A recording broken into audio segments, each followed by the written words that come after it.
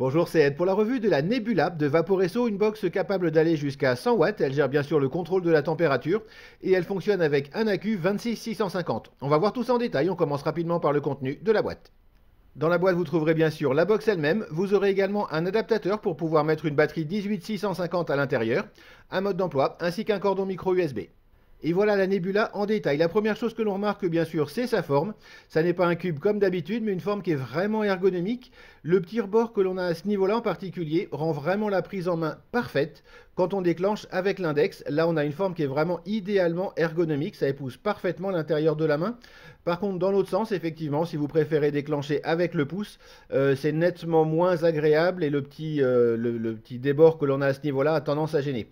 Donc une prise en main, on va dire moyenne si on déclenche avec le pouce, mais absolument parfaite et irréprochable quand on déclenche avec l'index. Au niveau des finitions, il n'y a vraiment rien à lui reprocher. Les finitions sont excellentes, que ce soit au niveau des jointures, de la peinture également, qui a un petit effet anodisé plutôt réussi. De chaque côté, on va simplement avoir des trous d'évent pour les batteries, que l'on retrouve également sur la partie inférieure. Au niveau de la partie qui revient sur la paume de la main, on a une surface caoutchouteuse. On appuie, ça laisse une petite marque avec l'ongle. C'est une surface qui est donc un petit peu molle, on va dire, mais qui encore une fois rend vraiment la prise en main très agréable. Sur la face avant, on va bien sûr avoir le bouton qui ressemble en fait un petit peu à une gâchette. Très agréable, le clic est idéal et la préhension entre guillemets du bouton est vraiment très bonne. En dessous, on va avoir l'écran. Il n'est pas aussi grand qu'on pourrait le penser. En fait, la fenêtre de l'écran est très grande, mais l'écran lui-même est beaucoup plus petit à l'intérieur. Du coup, ça fait des chiffres un petit peu petits, qui étaient tout à fait acceptables il y a quelques temps. Mais maintenant, effectivement, on aurait pu préférer un affichage un petit peu plus gros. On va également avoir bien sûr les boutons moins et plus, ainsi que le bouton de mode, qui en fait vous permettra, on verra tout à l'heure, de passer d'un mode à l'autre. Et en dessous, bien sûr, la connexion micro USB.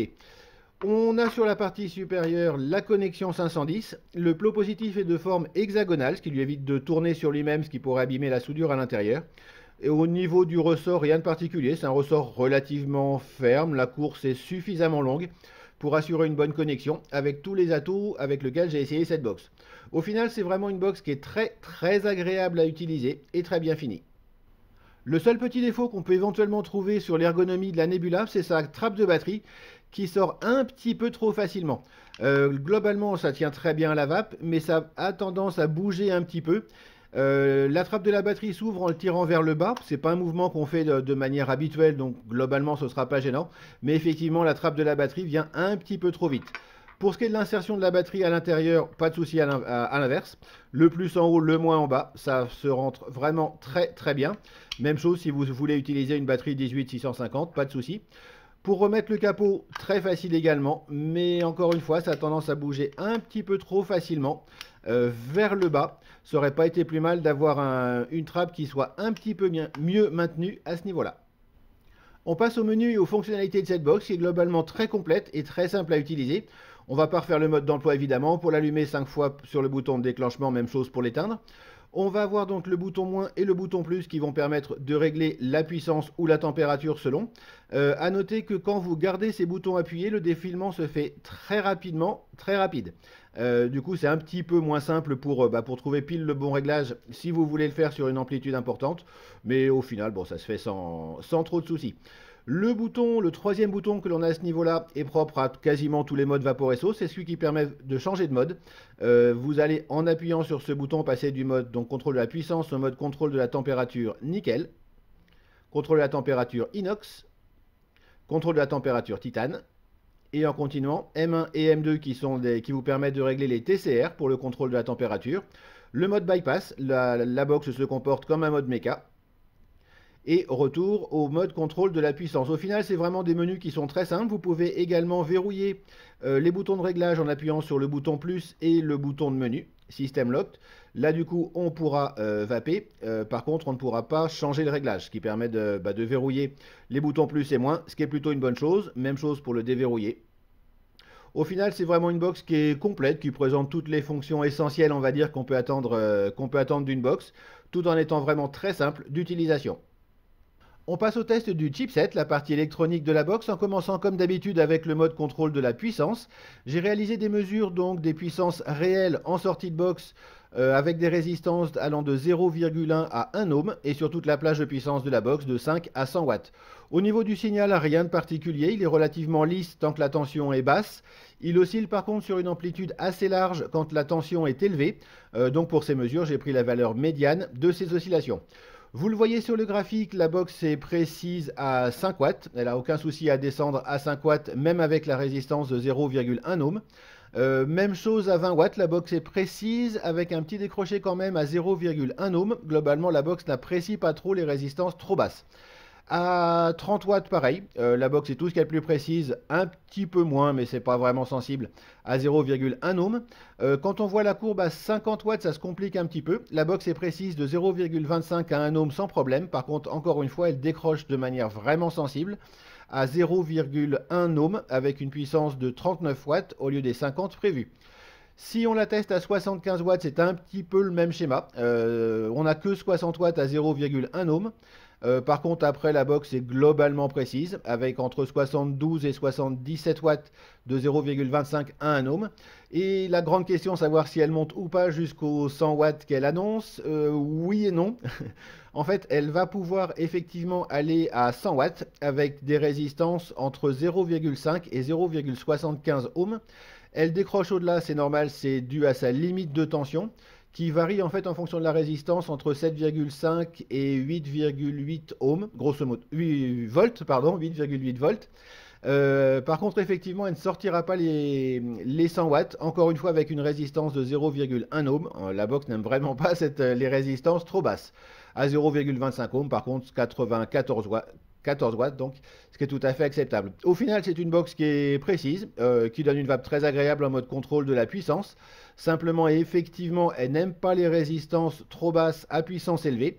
Et elle ne sort les 100 watts qu'elle annonce que de 0,3 à 0,75 ohms, grosso modo. On continue avec le test du contrôle de la température. Pour ça, j'ai réalisé une résistance en inox 316, du fil de 0,40 sur un axe de 3 mm. La box est bien sûr réglée sur contrôle de la température inox. La résistance est lue à 0,56 ohms et on est réglé sur 200 degrés Celsius. On va déclencher. Et il ne se passe absolument rien, ce qui est plutôt un bon point de départ. La box descend la puissance à la valeur minimale. On va continuer en passant un coton sec à l'intérieur, voir un petit peu ce que ça donne en conditions plus réelles de vape. Comme ceci, on va couper l'excédent. On déclenche à nouveau. Même chose, le coton n'est absolument pas abîmé par l'opération. Un tout petit peu bruni si vraiment on veut chipoter, mais vraiment rien de méchant. On va imbiber la mèche, voir un petit peu ce que ça donne quand on vape. On imbibe la mèche comme il faut.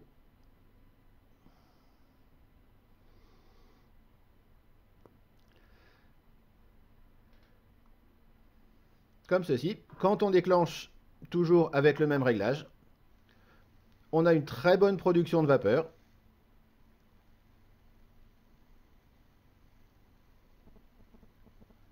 Qui diminue petit à petit quand la mèche commence à s'assécher. Et encore une fois, le coton est parfaitement protégé. Un très bon point donc pour Vaporesso sur ce coup-là. C'est nettement mieux que ce qui était avec le Tarot Pro, qui lui par contre avait un contrôle de la température franchement défectueux. Là du coup, au moins pour la protection des cotons, ça fonctionne très bien. Pour ce qui est de l'agrément de la vape en contrôle de la température avec le Nebula, Vaporesso a clairement fait d'énormes progrès également. On voit ici sur le tracé au silo d'une vape donc en contrôle de la température inox avec un coton correctement imbibé. La vape est très lisse sur les 3 premières secondes qui correspond encore une fois au coton qui est bien imbibé. Ensuite, ça oscille un petit peu du fait que le coton s'assèche. Mais globalement, ce qu'il faut en retenir, c'est que la vape est très agréable et très lisse tant que le coton est correctement imbibé. Quand le coton est sec, effectivement, là, ça oscille beaucoup plus, mais on n'a de toute façon pas une vape agréable, quoi qu'il arrive. Et quand le coton est complètement sec, on voit que la box envoie d'abord une première pulsation pour tester en fait le coton. et ensuite maintient la température suffisamment basse pour ne pas brûler le coton. Globalement, c'est un très très bon résultat et ce qu'il faut en retenir surtout, c'est qu'avec un coton correctement imbibé, la vape est très lisse et très agréable en contrôle de la température avec le Nebula, ce qui est encore une fois un très très gros progrès par rapport au Tarot Pro par exemple. Vous savez tout sur le Nebula de Vaporesso, au final une très bonne box que je peux vous recommander sans hésitation. Au niveau de sa qualité de fabrication et des finitions, il n'y a vraiment rien à lui reprocher. Seul petit défaut éventuellement, c'est effectivement la trappe de la batterie qui bouge un petit peu trop facilement, mais encore une fois vraiment rien de méchant. Au niveau de la qualité de la vape, elle est excellente, que ce soit en mode contrôle de la puissance, où la box est globalement précise, même si elle pourrait faire un petit peu mieux avec les résistances basses ou les puissances élevées. En mode contrôle de la température, tout va bien, beaucoup mieux en tout cas que depuis le Tarot Pro. La box protège tout à fait correctement les cotons en cas de dry heat, et la vape est lisse et agréable avec cette box en mode contrôle de la température, comme on l'a vu sur les tracés au silo. Au final, c'est vraiment une très bonne box. Si vous appréciez son design, vous ne serez absolument pas déçu au niveau de la vape. Si vous avez d'autres questions sur cette box, n'hésitez pas à les poser dans les commentaires. J'essaierai d'y répondre dans la mesure du possible. Vous avez sur mon site vaped.info la liste des prochaines revues pour les 2 prochains mois en général. Si vous appréciez ces revues, n'hésitez pas à vous abonner à la chaîne en cliquant ici. Il me reste à vous souhaiter une excellente vape et à la prochaine.